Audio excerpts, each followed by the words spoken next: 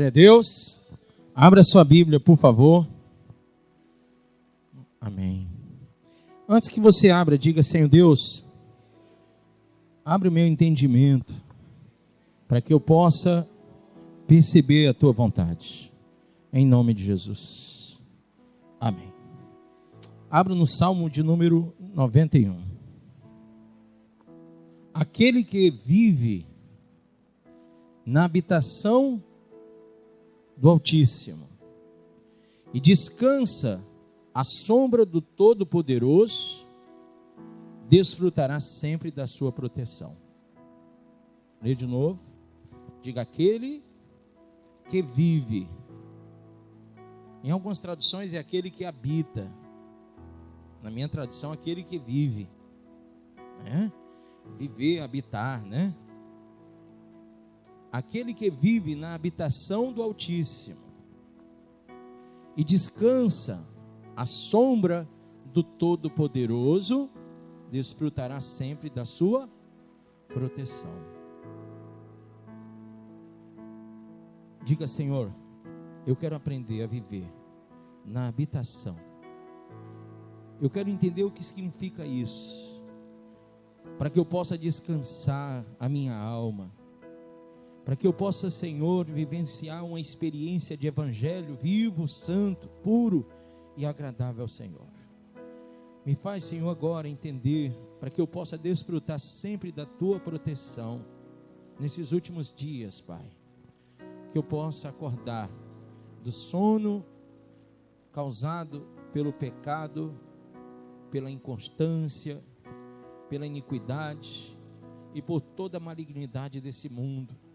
Senhor, que eu seja despertado até a alma e possa agora vencer todos os males, encontrar, Senhor, a tua luz, em nome e para a glória de Jesus. Diz amém.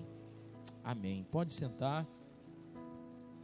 Aquele que vive na habitação do Altíssimo e descansa à sombra do Todo-Poderoso, desfrutará sempre da sua proteção. Eu queria que você caminhasse comigo aí, para que você possa entender, ou começar a entender esse texto. É necessário que você tenha o discernimento do que seja habitar. A Bíblia fala que aquele que vive na habitação, não é aquele que passa por ela, não é aquele que frequenta, amém? Não é aquele que frequenta, mas aquele que vive.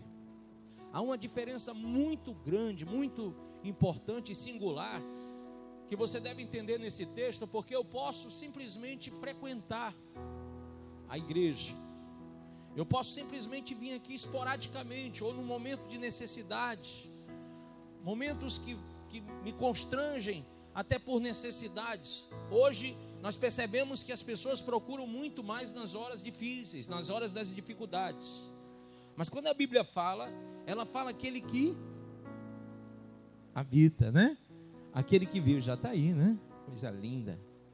Aquele que vive na habitação. E isso nos traz a percepção de uma visão nova, onde a casa de Deus passa a ser a minha casa, onde o refúgio do meu coração não é o mundo, mas sim a obra de Deus, amém? Onde quando as coisas apertam, ou quando elas estão frouxas, não importa, eu sempre vou optar estar na presença do meu Deus, porque a ideia de viver, ninguém pensa em viver 1 minuto, 1 segundo, 1 hora, todos querem viver muito.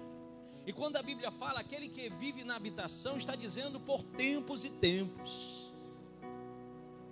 É uma continuidade, é um relacionamento contínuo, para que você possa viver na habitação de Deus. E para que você entenda melhor isso, você tem que entender o que significa viver nessa habitação. Viver sob essa égide, chamada habitação do Altíssimo. Então vá para o Salmo de número 119. Aqueles que vivem na habitação de Deus eles têm algumas características que eu vou citar. Aqui nesse salmo tem muitas características. Eu não vou citar todas elas, mas eu vou apenas pincelar alguma coisa para que você possa ter uma percepção inicial. O primeiro versículo diz, diga comigo, bem-aventurados aqueles cujos caminhos são íntegros. Então diga, marque aí, caminhos íntegros. Amém? Primeira coisa, quando a Bíblia fala em habitar, ela nos dá um caminho de integridade. E ele diz, e que vivem de acordo com a lei eterna, do eterno. Ou seja, não é a lei de Moisés, a lei do eterno.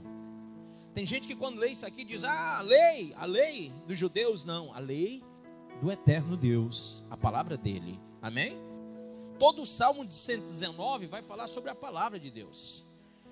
E no versículo 2 diz, felizes os que guardam suas prescrições e buscam de todo o coração. E não se entregando à prática de iniquidade, seguem seus caminhos no Senhor. Então, esses 3 versículos me mostram, em primeiro ponto, o que é habitar, o que é viver na habitação dele. Uma pessoa que vive na habitação de Deus, ela passa por esses 3 primeiros pontos, é uma única coisa. Ela tem que ter essa visão de integridade, essa visão de realmente cumprimento da palavra em sua vida, tem que realmente buscá-lo de coração, através das prescrições, entregando-se não à prática da iniquidade, mas aos caminhos de Deus. Esse é o primeiro ponto. Se você for pular um pouquinho aí no Salmo,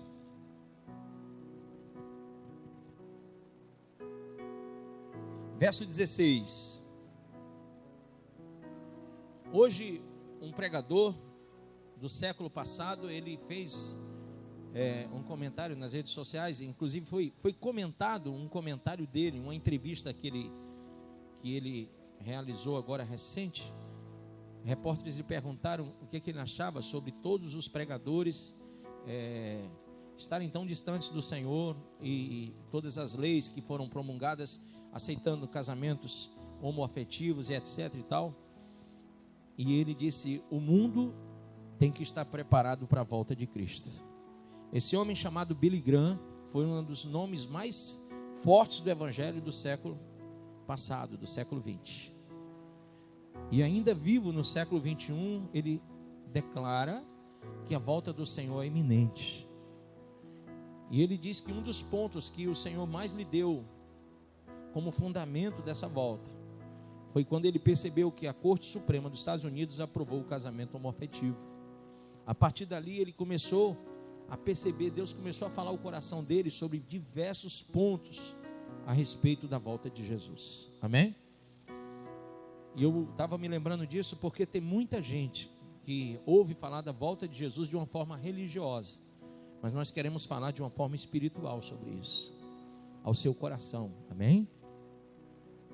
Ele diz no versículo de número 15, em teus preceitos quero meditar e ficar atento às tuas veredas. Diga, esse é o segundo ponto. Ele diz, encontro minhas delícias em teus decretos. Não me esqueço de quê, pessoal? Da tua palavra. Diga, da tua palavra. Agora vai aí para um versículo lá na frente. Pode pular umas paginazinhas.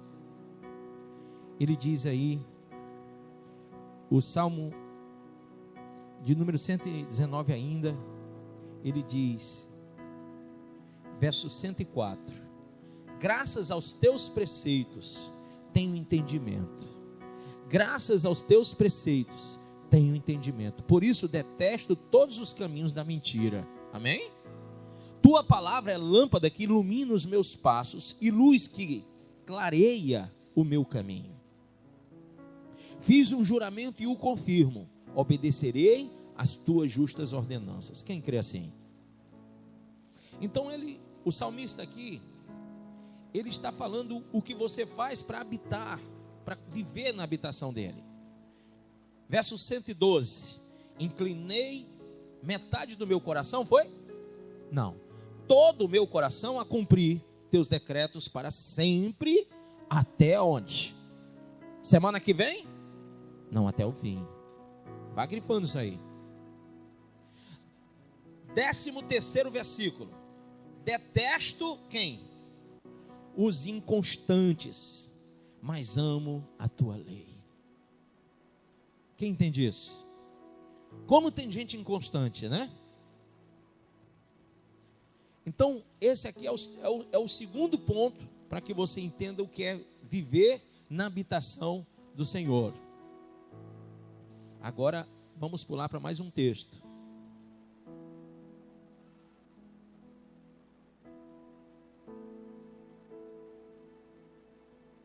(157) Numerosos são os meus perseguidores e adversários, mas não me afastei de tuas prescrições. Vi traidores da fé e senti o quê? Alegria ou desgosto? Desgosto, porque não guardavam a tua promessa. Esse é o terceiro ponto. Nós não somos influenciados por aqueles que querem nos influenciar para o mal. Ele diz claramente, olha, são numerosos os perseguidores e adversários, mas eu não me afastei das tuas prescrições. Eu vi traidores da fé e senti desgosto, porque não guardavam a tua promessa. Amém? Agora, ainda mais na frente.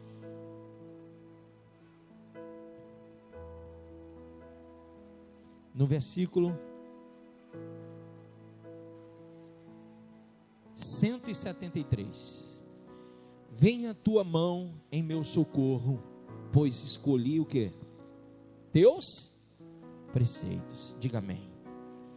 Levanta a sua mão direita e diz, Senhor, eu escolhi viver a tua palavra. Amém? Ao não convertido, diga ao não convertido, a palavra de Deus, ela mostra a necessidade de se converter. Se você abrir em João capítulo 3, versículo 7, Jesus fala a Nicodemos e diz assim: não te admires de eu te dizer, importa-vos nascer de novo. Ora, há um cara que está querendo se converter, a palavra de Deus mostra a necessidade que ele tem. Ele tinha necessidade de ter o novo nascimento, mas Jesus mostra pela palavra a sua necessidade. Quando você vem à habitação do Altíssimo, viver na habitação do Altíssimo, a palavra de Deus, o Espírito Santo, com a palavra vem para te iluminar, para te fazer entender coisas que você não percebe, mas são necessárias para você. E a primeira coisa que ele vai mostrar é a tua necessidade. E a necessidade do não convertido é a necessidade do novo nascimento. Amém? Diga assim, ao que busca a palavra, ele mostra o caminho. Abra em João 1, verso 12. Mas a todos quantos o receberam, deu-lhes o poder. Que poder é esse? Poder, aqui, esse poder é o dínamos de Deus. É a força, é o entendimento, é a percepção do que seja viver na ação, do que seja ser filho de Deus. Sabe, há uma distinção muito fundamentada entre religião e ser verdadeiro cristão. Amém? Então a todos que o receberam, deu-lhes o poder. Não é todo mundo que é filho de Deus. A Bíblia fala que aqueles que amam e praticam a mentira são filhos do diabo. Sim ou não? Quem já leu isso na Bíblia? E a Bíblia diz que os mentirosos não herdarão o reino dos céus. E lá em Romanos diz que muitos não só fazem, mas apoiam o que outros fazem. Então, quando ele diz, olha, mas a todos quantos o receberam, deu-lhes o poder. Há um poder. Ser filho de Deus é um poder. Poder entender, poder fundamentar, poder nascer de novo, poder enxergar, poder ouvir espiritualmente, poder falar espiritualmente, poder perceber no mundo espiritual as coisas que Deus quer revelar. Amém? Deu-lhes poder a todos quanto receberam, de serem feitos filhos de Deus, a saber, aos que creem no seu nome, os quais não nasceram do sangue, nem da vontade da carne, nem da vontade do homem, mas de Deus. Amém? Então diga assim: aquele que o busca, o caminho, a palavra vai lhe mostrar o verdadeiro caminho a Cristo. Amém? Aqueles que têm dúvida, a palavra concede a certeza. Se você ver a epístola de João, você vai ver que lá na epístola de João, lá no capítulo 5, verso 12 e 13, aqueles que têm dúvida recebem certeza por meio da palavra. O Espírito Santo conforta o nosso coração com certezas. O novo convertido, ele tem a palavra como um alimento. O ancião, na palavra, ele lhe é anunciada a palavra como uma bênção, como um fortalecimento. Aqueles que já estão vivenciando e desvencilhados do mundo, são fortalecidos pela palavra. Então, nós temos que perceber o valor que a palavra tem e a necessidade que nós temos em sermos seguidores da palavra. Diga assim: nenhum de nós pode entender os fundamentos do caminho sem entendermos pelo Espírito Santo a palavra. Amém? Por exemplo, lá em Romanos 3, abra aí, versículo 23. Pela palavra você vai entender que todas as pessoas são pecadores, que todas as pessoas precisam fundamentar-se no sangue de Jesus para serem remidas. Vamos lá. Porque todos o quê? Pecaram. Todos, seja eles quem forem, todos pecaram e destituídos estão da glória de Deus, sendo justificados de que forma? Gratuitamente por sua graça, mediante a redenção que há em Cristo Jesus. Deus o ofereceu como sacrifício para propiciação por meio de quê? Da fé. Pelo seu sangue, proclamando a evidência da sua justiça, por sua misericórdia. Havia deixado impunes os pecados anteriores cometidos, mas no presente demonstrou a sua justiça, a fim de ser justo e justificador daquele que deposita toda a sua fé em Jesus. Então, quando você deposita toda a sua fé em Jesus, você sai da condição de pecador e passa a ser justificado pelo sangue de Cristo. Amém ou não? Agora, pastor, às vezes eu sinto que Deus não me ama tanto quanto ama o outro.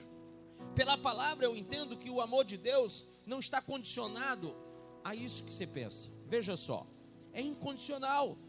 Abra aí, por favor, em Romanos 5, pule 2 capítulos, no versículo de número 8. Posso? Porém, Deus comprova seu amor para quem? Para conosco, pelo fato de ter Cristo morrido em nosso benefício, para ainda andar, quando ainda andávamos no pecado. Agora, como fomos justificados por seu sangue, muito mais ainda, por intermédio dele, seremos salvos de quê? Grife isso aí, da ira de Deus. Não está falando salvação do pecado. Irmão, quem vai para o inferno não é o pecado, é o pecador. Nós somos salvos da ira de Deus. Infelizmente as pessoas estão sendo anunciadas de forma errada. As pessoas estão tendo uma percepção de que elas têm que receber o amor de Deus. Gente, o amor de Deus já foi manifesto na cruz, quem crê? E esse amor é incondicional, independe se eu sou rico, se eu sou pobre, se eu sou branco, se eu sou preto, não importa. O amor é para todos. A salvação veio para todos. Mas quando eu recebo Jesus de fato, eu estou sendo livre, não é do pecado apenas. O pecado era apenas a minha condenação escrita. O que vai realmente destruir o pecador é a ira de Deus, que vai abater-se sobre os pecadores. Quem entendeu isso? Há muitas pessoas que têm medo do diabo, né? Hoje em dia tem muito disso, né? Medo do diabo, medo de macumba, medo de não sei de quê. Você tem que ter medo, não é do diabo, nem da macumba. Você tem que ter medo, gente, é da ira de Deus. E sabe, tem muito crente que provoca a ira de Deus, sim ou não? Dissolutamente. Visivelmente há pessoas que têm um comportamento dúbio. Hoje estão aqui, amanhã estão acolá, um dia estão bem, outro dia estão mal. Isso não é habitar, isso não é viver na habitação de Deus. Isso não é relacionamento, isso não é constância. O Salmo 119, você viu que ele odeia a inconstância, os inconstantes. Quando você é gerado em você um comportamento constante na fé, quando você entende o que é morar na presença de Deus, quando você sabe onde é o seu lugar, você não vai lá fora, você não vai no mundo, você não vive nas coisas do mundo, você não gosta mais das coisas lá de fora, você não sente mais prazer nas coisas lá de fora, amém ou não? Isso aí é habitar, isso aí é viver, e também é ser livre da ira de Deus. Tem gente que não gosta quando eu falo ira de Deus, mas irmão, tira a ira de Deus na Bíblia, faz uma pesquisa, vê quantas vezes a Bíblia fala da ira de Deus. Quantas vezes no Apocalipse fala essa frase? Quantas vezes em todos os livros da Bíblia fala dessa frase? E quando a Bíblia manda a gente temer, diz: não tema o homem, nem ao que o homem pode fazer, mas tema aquele que pode tirar a tua vida e lançar você aonde? No inferno. Quem é o único que pode fazer isso? É o diabo? Não, homem nenhum pode lançar você no inferno, só Deus. E nós estamos na casa do Senhor, mas a gente ainda não percebeu o que é viver habitando nesta casa, o que é fazer parte dela, de verdade, amém? Então vamos continuar isso. Diga assim: eu preciso ter uma visão sobre cristianismo. Então anota aí, vai, pega a caneta, anota. Lá em João 3, verso 5, fala que eu preciso nascer de novo. Já falei de Nicodemos. Então o primeiro ponto de um cristianismo verdadeiro, a primeira característica é que eu tenho que saber o que é nascer de novo. Eu não posso habitar com Deus sem ter passado por isso. Segundo ponto, lá em 2 Pedro 3, versículo 18, fala sobre crescimento espiritual. Eu nasci de novo, mas eu tenho que crescer. Você está vendo a sua sobrinha? Nasceu, mas ela não vai ficar desse tamanho a vida toda. Ela vai crescer, amém? Nós não podemos ficar a vida toda do mesmo jeito. Tem gente que vai à igreja, volta para casa, não tem momentos com Deus, não tem devocional com Deus, não tem oração, não tem momento de consagração, não tem momento nenhum com o Senhor, e continua menino na fé, sim ou não? O que é habitar na casa do Senhor? É que eu entenda que não somente eu tenho que nascer de novo, mas eu tenho que crescer na presença de Deus. Há um exemplo forte sobre crescimento, a vida de Samuel. A Bíblia diz que enquanto os filhos de Eli, o Hofni e o Finéias, praticavam o que era mal, Samuel crescia na presença de Deus. Então, ele estava lá na casa do Senhor, estava crescendo para se tornar o profeta Samuel. Ele não nasceu profeta. Ninguém nasce profeta, ninguém nasce pastor, ninguém nasce obreiro, ninguém nasce salvo assim não, irmão. A gente aceita Jesus, e aí a experiência do novo nascimento, ela vai me promover digamos assim, a purificação do pecado. Mas o que vai me livrar da ira de Deus é que eu perceba o meu lugar e que eu tenho que crescer na presença do Senhor. Amém? Então diga para o irmão, não continue sendo menino na fé. Isaías 61:10 fala que quando eu estou dentro da casa de Deus, habitando, vivendo, coisas mudam. Eu vou falar aqui de uma forma simbólica para você entender. Abra em Isaías 61, versículo 10. Vamos lá então. Transbordo de quê? De tristeza? Ou de alegria? Isso. Isaías 61, 10. Transbordo de alegria em Yahvé, o Senhor. A minha alma se regozija no meu Deus, porque Ele me vestiu com as vestes da salvação. Quantos creem? Cobriu-me com o manto da justiça, como um noivo que se adorna com uma coroa sacerdotal, qual noiva que se enfeita com as mais ricas joias. Então, O terceiro ponto: primeiro eu nascer, depois eu crescer, e depois eu tenho que me revestir, ou seja, eu tenho que me vestir de novo, eu tenho que me vestir novamente. Eu falo do campo espiritual, do campo físico também. Eu tenho que ter uma compostura moral, uma compostura espiritual, uma compostura intelectual diferente. Não posso ser mais o mesmo. Já não sou mais eu que vivo, é Cristo que vive em mim. Então tudo tem que se tornar novo. Eu tenho que me revestir novamente. Há alguém que pode me vestir. Eu não tenho condição de pagar o preço da vestidura mais alva que a neve. Eu não tenho condição de receber aquela veste branca. Mas o sangue de Jesus nos purifica de todo o pecado. Aquele que vive para praticar a justiça de Deus é revestido de Cristo. Gálatas capítulo 3, versículo de número 27, fala que todos vós que foram revestidos, aliás, 26, 27 e 28, diz: todos vós que vos revestisse de Cristo. Ou seja, há um novo vestimento. É Cristo na nossa vida, é o sangue de Jesus, é a justiça de Deus que nos impera, que nos conforta, que nos consola, que nos consome por dentro, para que a gente entenda e fuja dessa ira que virá. Quem nos veste é o Senhor. Diga: quem nos veste é o Senhor. Quem nos reveste é o Senhor. Então, a partir daí, você, como viu no profeta Isaías, estou cheio de alegria. Ele fala de regozijo. Diga assim: vida radiante.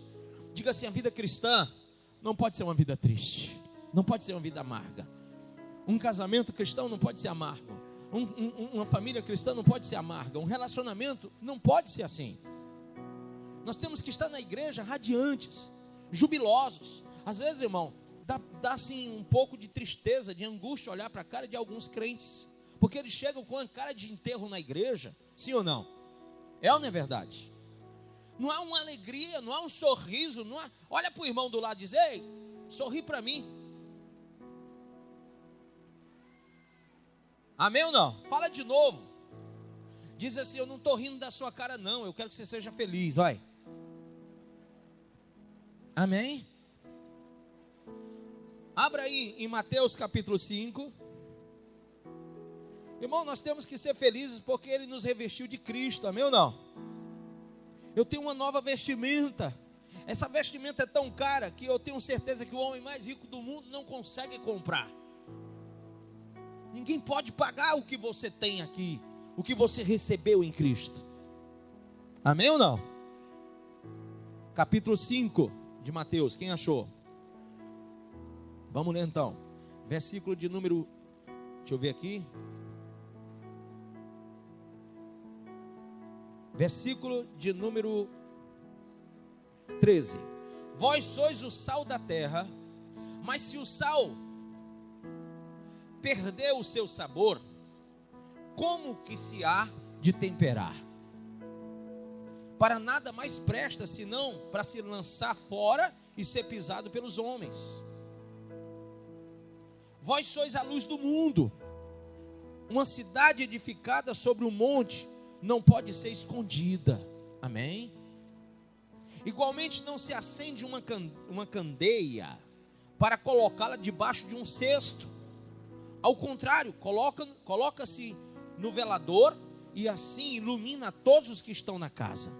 Assim, deixai, diga para o seu irmão: deixai a vossa luz, a vossa alegria, a vossa palavra, a vossa unção resplandecer diante dos homens, para que vejam as vossas boas obras e glorifiquem o vosso Pai que está nos céus. Amém? Ah, meu irmão, mas você não mostra isso. As pessoas não podem ver o evangelho escondido. Elas têm que ver que a alegria do Senhor a nossa força é. Amém? Vamos lá. Mateus 7 fala mais uma coisa sobre essa característica divina, para que você habite na casa de Deus. Veja comigo. 2 capítulos para frente. Espera aí, 15. Acautelai-vos quanto aos falsos, o quê? Profetas. Eles se aproximam de vós disfarçados de ovelhas, mas no seu íntimo são como lobos devoradores. Pelos seus frutos os conhecereis. É possível alguém colher uvas de um espinheiro ou figos de ervas daninhas? Assim sendo, toda árvore boa produz o quê? Bons frutos. Mas a árvore ruim dá o quê? Frutos ruins. A árvore boa não pode dar fruto ruim, nem a árvore ruim produzir frutos bons. Toda árvore que não produz bons frutos é cortada e atirada ao fogo. Portanto, pelos seus frutos, o quê? Os conhecereis. Amém ou não amém? Nem todo aquele que diz a mim, Senhor, Senhor, entrará no reino dos céus. Diga aqui, Senhor, Senhor. Mais alto, Senhor, Senhor. De novo, Senhor, Senhor. Você está na casa de Deus, mas a única coisa que te diz, e a mim, que você vai entrar no reino dos céus, não é que se você está aqui, é se você vive e habita aqui. Amém? Há uma distinção de quem está aqui dizendo Senhor, Senhor. Nem todo que diz Senhor, Senhor entrará no reino dos céus. Até porque se diz Senhor, Senhor por qualquer motivo. Ah, meu Deus, ah, meu Senhor, ah, não sei o que. É só ter um problema. Nem todo que diz Senhor, Senhor entrará no reino dos céus, mas somente o que faz a vontade de meu Pai que está nos céus. Muitos dirão a mim naquele dia. Quem já fez a obra do Senhor, levanta a mão. Já? Parou por quê? Porque parou. Presta atenção.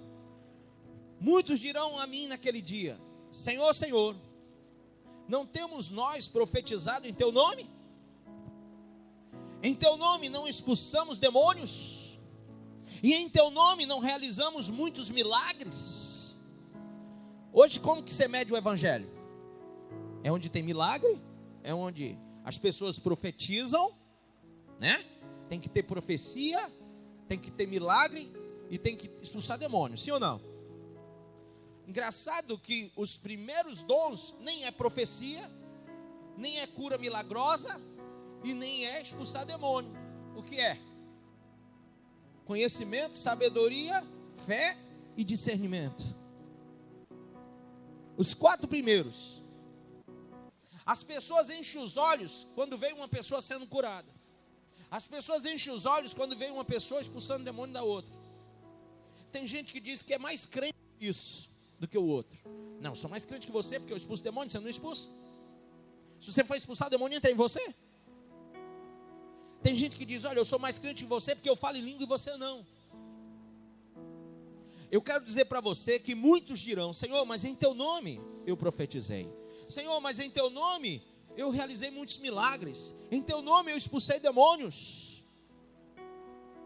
E aí você pode nomenclaturar uma série de denominações evangélicas que há multidões e multidões de pessoas dizendo Senhor, Senhor, e vendo demônios sendo expulsos, e vendo milagres acontecendo, e pessoas profetizando. Mas a doutrina está totalmente contrária, porque falta sabedoria, conhecimento, discernimento e uma fé genuína.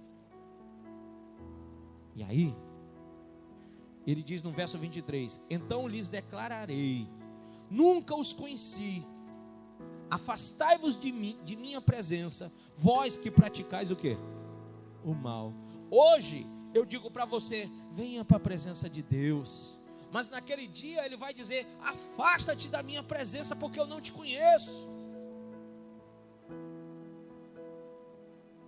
E aí, verso 24, assim todo aquele que ouve estas minhas palavras e as pratica, está vendo a condição? Palavra praticada, não só ouvida, será comparado a um homem sábio, que construiu a sua casa sobre a rocha, amém?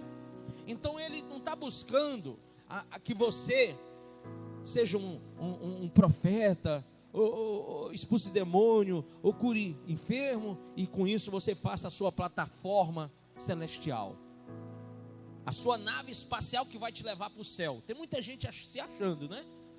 Ah, eu sou, porque eu expulso demônio, porque eu... Os próprios discípulos, quando expulsaram demônios, eles ficaram cheios de si. voltaram rejubilosos. Aí Jesus disse: olha, não fiquem muito alegres que estão expulsando demônio, não. Fiquem alegres em entender o que eu estou dizendo. Vocês estão muito alegres com estar expulsando demônio. Tem muita gente que fica alegre quando vê uma pessoa manifestada, porque vai mostrar que tem autoridade para expulsar. E não é isso, irmão. Nós não temos que ser meninos levados por esse tipo de coisa. O diabo é enganador, é pai da mentira. Quantas igrejas o diabo aí ele manifesta nas pessoas e ficam ali pastores e obreiros expulsando o demônio e botando, fazendo uma coisa e outra, e faz todo aquele carnaval, e o povo fica ali com medo, e o diabo fala, e o povo fica com medo, e o povo chega em casa, não lembra de um versículo da Bíblia, mas o que o diabo falou, todo mundo lembra. Uma vez eu vi um pastor na televisão, ele dizia: diabo, diz aí para eles. E o diabo dizia: se eles não vierem para a campanha que vai ter, eu vou pegar eles todos. Tá vendo? O diabo está dizendo para você. O pessoal não lembrou de um versículo, mas que o diabo disse que ia pegar, se não fosse para a campanha, pronto. Então o que o diabo fala em algumas igrejas é muito mais forte do que a palavra de Deus, irmão. Nós somos iluminados pela palavra. É a palavra que nos vivifica, é a palavra que nos traz entendimento, sabedoria e conhecimento de Deus. Eu não posso viver pela palavra do diabo, ele é mentiroso. Amém ou não? Vamos lá. Diga assim: eu quero mais uma característica fundamentada. Vamos lá. Eu tenho que ter, diga, vida radiante, novo nascimento, crescimento, vestes novas. Eu tenho que estar edificado no meu caráter. Eu tenho que ser companheiro. Diga, eu tenho que viver a adoção do Espírito Santo. Amém? Não só isso, mas você, segundo João 8, 31 e 32, fala sobre a verdade que liberta. Fala sobre a educação espiritual do crente. Se você não conhece a palavra, você não está sendo educado pela palavra. Ainda, nós temos que entender lá em 1 Timóteo 6,18, que uma pessoa que habita na casa de Deus, que vive realmente na habitação do Senhor, ela não somente é uma pessoa que nasceu de novo, que cresceu, que tem vestes novas, que é radiante, que é edificada, que é companheira, que é adotada e educada, mas também ela tem prontidão para servir a Deus. Amém? E essa prontidão, veja aí em 1 Timóteo 6, 14. Guarda este mandamento imaculado e irrepreensível até a manifestação de nosso Senhor Jesus, a qual Deus fará com que se cumpra no seu devido tempo. Ele é o bendito e único soberano, o Rei dos reis e Senhor dos senhores, o único que é imortal e habita em luz, inacessível, a quem ninguém viu nem pode ver. A ele seja honra, poder para sempre. Ordena aos que são ricos no presente mundo que não sejam orgulhosos, nem depositem a esperança na incerteza das riquezas, mas em Deus, que nos concede generosamente tudo o que precisamos para viver satisfeitos. Quem crê assim? Aí ele diz: orienta-os a praticarem o mal ou o bem? O bem. E que sejam ricos em boas obras, sensíveis, diga sensíveis, solidários, generosos. Dessa maneira acumularão um valioso tesouro para si mesmos, um firme fundamento para a era que há de vir, e assim alcançarão a verdadeira vida. Amém? Essa riqueza não é a humana, irmão, mas é a celestial. Amém? E aí, lá em Romanos 12, fala do sacrifício que nós temos que ter para habitar na casa de Deus. Lá em Romanos 12, verso 1, eu não posso habitar na casa do Senhor sem ter a percepção disso aqui. Portanto, caros irmãos, rogo-vos pelas misericórdias de Deus, que apresenteis o vosso corpo como um sacrifício vivo, santo e agradável a Deus, que é o vosso culto espiritual. E não vos moldeis ou amoldeis ao sistema deste mundo. Tem muita gente hoje que não percebe, mas a igreja está sendo amoldada ao sistema mundial. Não é verdade? A igreja como um todo está sendo moldada ou amoldada à situação mundial. O mundo todo está vivendo o lesbianismo, o homossexualismo, o liberalismo, sabe? A sociedade está cada dia sendo mais achincalhada, mais destruída moralmente. E a igreja está sendo totalmente destruída por essa imoralidade, por essa promiscuidade. O amor de muitos se esfriou. Então ele diz assim, ó: e não vos amoldeis ao sistema deste mundo, mas sede transformados pela renovação das vossas mentes, para que experimenteis qual seja a boa, agradável e perfeita vontade de Deus. Amém? Diga assim: eu quero viver na habitação do Senhor. Mas ninguém vive sem aprender a ter a mente transformada, renovada pela palavra. Amém? Mais um ponto importante, Colossenses 2, verso 6. Sendo assim, da mesma forma como recebeste a Cristo Jesus, o Senhor, também andai nele, alicerçados e o que, pessoal? Edificados. Em quem? Em quem? Em qual homem? Em qual igreja? Em qual ministério? Em qual obra? Por que as pessoas estão desvencilhadas de Jesus? Por que as pessoas estão amoldadas ao sistema mundial? Porque lideranças, falsas lideranças, estão amoldadas a esse sistema. As igrejas de estratégia estão pelo mundo todo. A estratégia não é espiritual, é humana. É aquela questão do vou pescar e vou colocar na ponta do anzol a isca certa. E quando a pessoa coloca a isca, ela pega aquele peixinho ou aquele peixão. Para pegar o peixinho, pode ser uma iscazinha meio bobinha, que o peixinho ele quer qualquer coisinha. Um pedacinho de pão, ele vai lá e tchaco. Mas para você pegar aquele peixe, você vai ter que dar uma coisa melhor. Quanto maior o peixe, maior tem que ser a isca, sim ou não? E aí, irmão, eu só peguei na minha vida toda um peixe pequeno. Eu não sei o que é pescar peixe grande. Mas vou te dizer uma coisa. Eu já vi gente pegando peixe grande. E o tamanho da isca também era grande.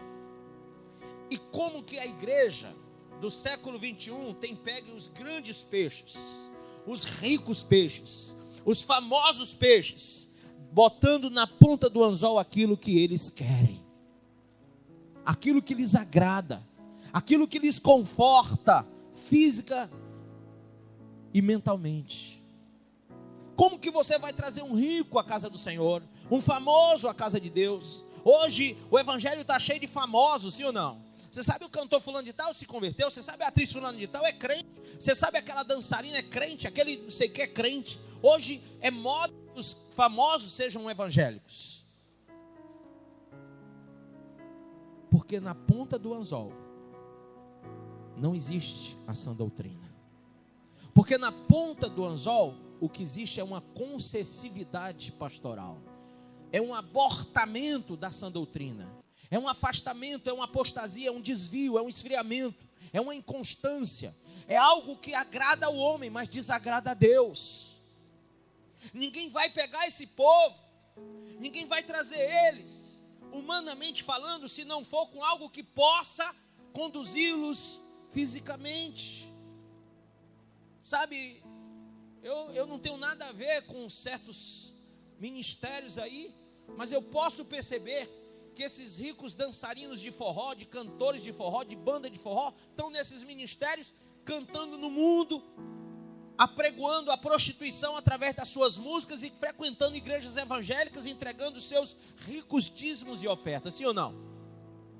E os pastores estão lá, coniventes com a vida dissoluta, e os membros daquelas igrejas olham para aqueles ricos e famosos que trocam de mulher, que trocam, sabe, de parceiro, que fazem e acontecem, os membros daquela igreja vai e diz assim: olha, se o pastor permite, é claro que eu posso também.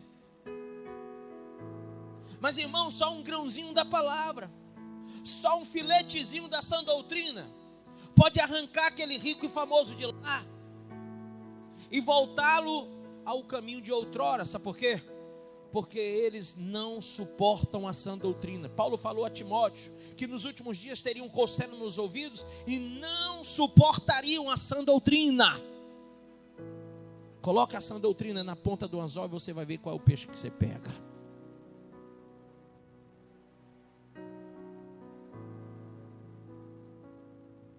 Quem entendeu isso? Quem entendeu isso mesmo?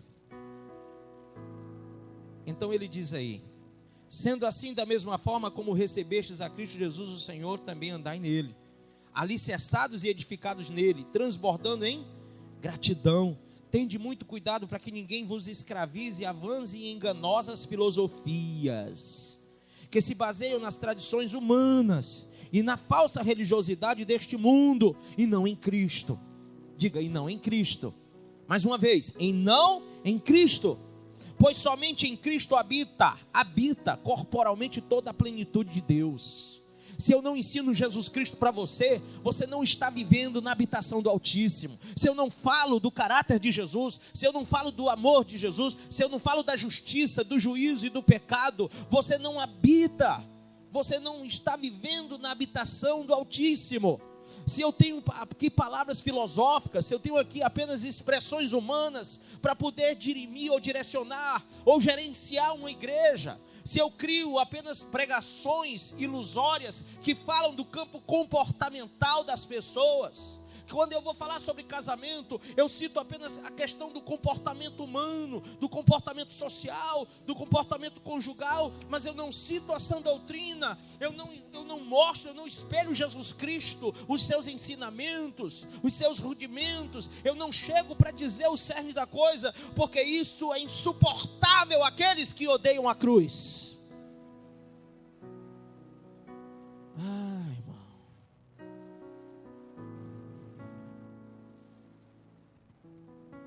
E ele diz: assim como em Cristo estáis aperfeiçoados. Quem está aperfeiçoado? Ou pelo menos sendo aperfeiçoado. Sabe, irmão, eu acredito que se você é membro dessa igreja, você está sendo aperfeiçoado. Ele é o cabeça. Quem crê? Ele é o cabeça, irmão. Ele é que dá ordem, ele é que manda.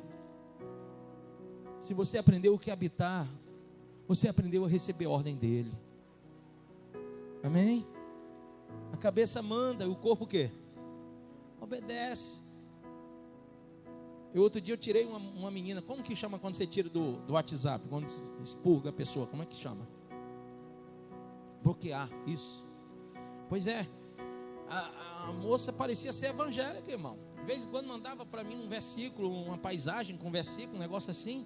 E eu achava interessante, mandava um versículo, às vezes eu mandava um texto enorme para ver se ela lia. E quem me conhece sabe que quando eu vou clicar, eu saio clicando nas bolinhas tudinho, vou mandando texto para todo mundo. Não é verdade? Aí eu fui olhar, como que chama a foto que fica lá, como perfil, isso, vocês são bons nesse negócio.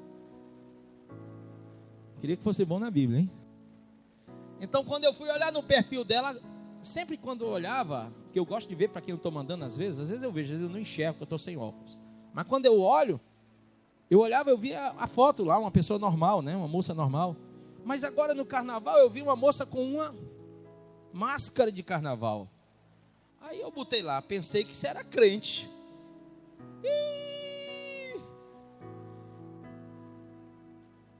Depois a resposta foi dura, irmão.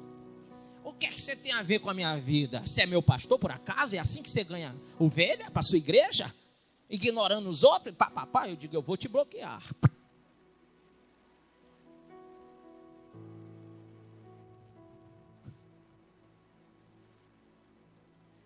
Rapaz, ninguém quer ouvir mais não. Eu só fiz uma simples pergunta. Eu nem dei o texto, eu ia dar o texto para ela. 1 Tessalonicenses 5:22. Afaste-se da aparência do mal. Mas não deixou, ela falou demais. O que uma crente quer botando uma máscara no rosto e botando lá no perfil, irmão? Aí um pastor vai falar e a pessoa acha ruim. Então, se você é amiga de Facebook, minha, ou de WhatsApp, bota uma foto feia que tu vai ver uma resposta pior ainda. E se achar ruim, eu bloqueio.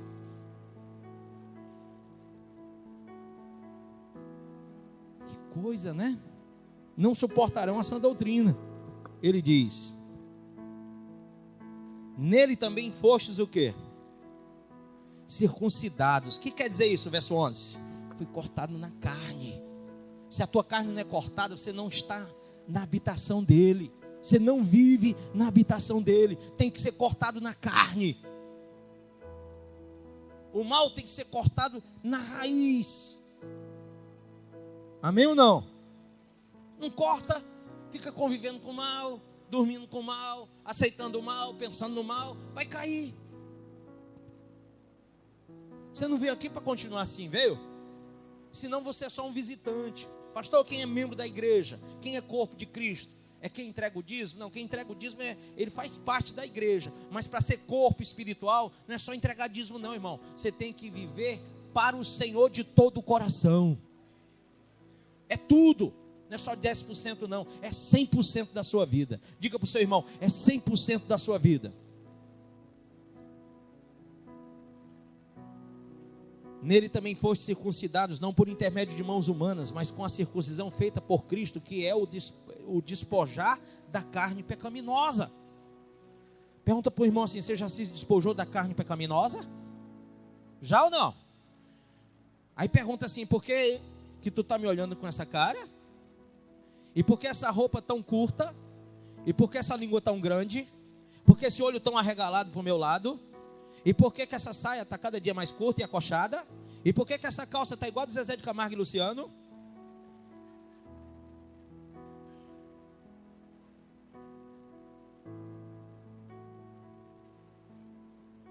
Tem muita coisa, irmão, que você tem que encarar que está errado, tá ou não está?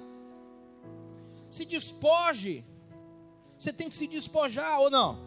A Bíblia diz que nós temos que nos despojar da carne pecaminosa. Isso aconteceu quando foste sepultados com ele no batismo, e com ele foram ressuscitados mediante a fé no poder de Deus, que o ressuscitou dentre os mortos. Batismo não é só um tibungue na água não, é um arrependimento total. Pastor, eu posso me batizar? Eu sou junto. Eu digo, não, não pode. Então, pastor, me casa para eu me batizar? Também não, não pode. Pastor, me casa para eu cear? Também não pode. Pastor, então o que eu faço? Vai para o inferno.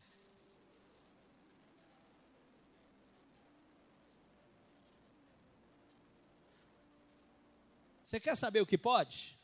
Sai do pecado. Você quer o mais fácil? Mas eu vou te dizer que a única salvação para você é sair do pecado.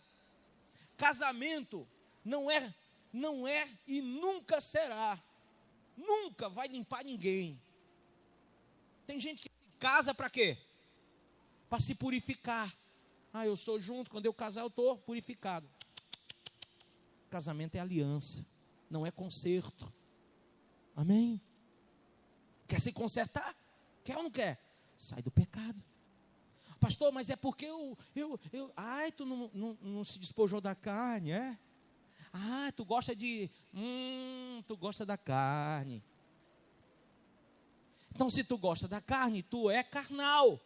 Porque quem é espiritual, vive no Espírito e vive debaixo da habitação. Amém? Primeiro sai do pecado, se tu é homem de Deus.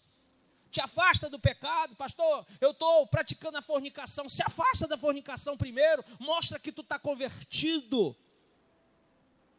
Passa um tempo, dá um tempo para ti, para tu ver se esse casamento é de Deus. Aí se for, a gente conversa. Amém ou não? Mas você me dizer que você quer se casar para poder cear e para poder se batizar nas águas, isso acontece em várias igrejas, sim ou não? O que tem de pastor que lasca o pau mesmo, vamos, bora, 50 casais aqui. Não, amém. E casa todo mundo. Bando de irresponsável, desalmado. Sabe por quê? Porque depois que você casa, casamento é só um, não tem outro. Aí você descobre que não era aquela mulher, ou que não era aquele homem. Tarde demais. Agora a Inês morreu.